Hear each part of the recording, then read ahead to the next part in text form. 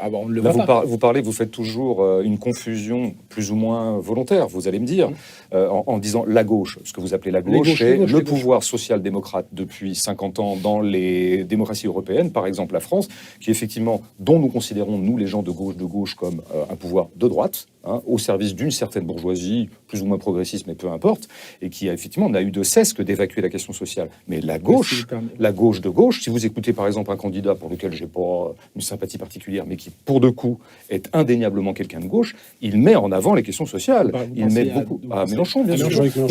Philippe Poutou, qui vient de la gauche, met en avant les questions sociales. Non, mais permettez-moi de vous répondre.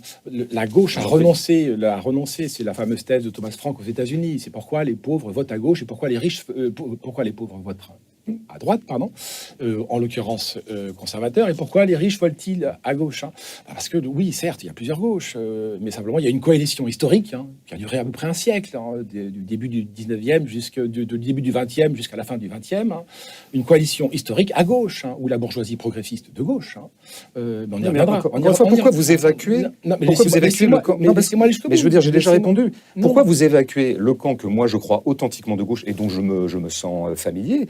Et pour qui la question sociale et la question de... Mais pourquoi vous mettez toujours en avant la fameuse gauche qui, pour nous, n'est pas de gauche, à savoir, qui, pour nous, est une espèce de succès d'année. Mais pourquoi vous... Je pense que le camp identitaire ou le camp de droite a toujours essayé d'édifier sa construction théorique dans l'évacuation de ce que j'appelais déjà, dans l'histoire de ta bêtise, le tiers absent. Le tiers absent qui est non pas François Hollande et Éric Zemmour ou Marine Le Pen et puis éventuellement Macron. Les abstentionnistes, c'est ça? Mais non, mais le camp de gauche, pour qui, dont le paradigme consiste à mettre au centre la question sociale et au centre la question des classes populaires. Ça n'est plus le cas aujourd'hui. Aujourd'hui, les questions sociales depuis 68 ont été évacuées. Elles sont absolument centrales dans le périmètre que je fréquente. Elles ont été vampirisées par les questions sociétales. Elles ont été... Mais ça, vous parlez encore... C'est quand même compliqué de vous... Je voudrais aller jusqu'au bout. Vous êtes en train de nier mon existence. Je ne suis pas d'accord. Vous êtes en train de nier mon existence.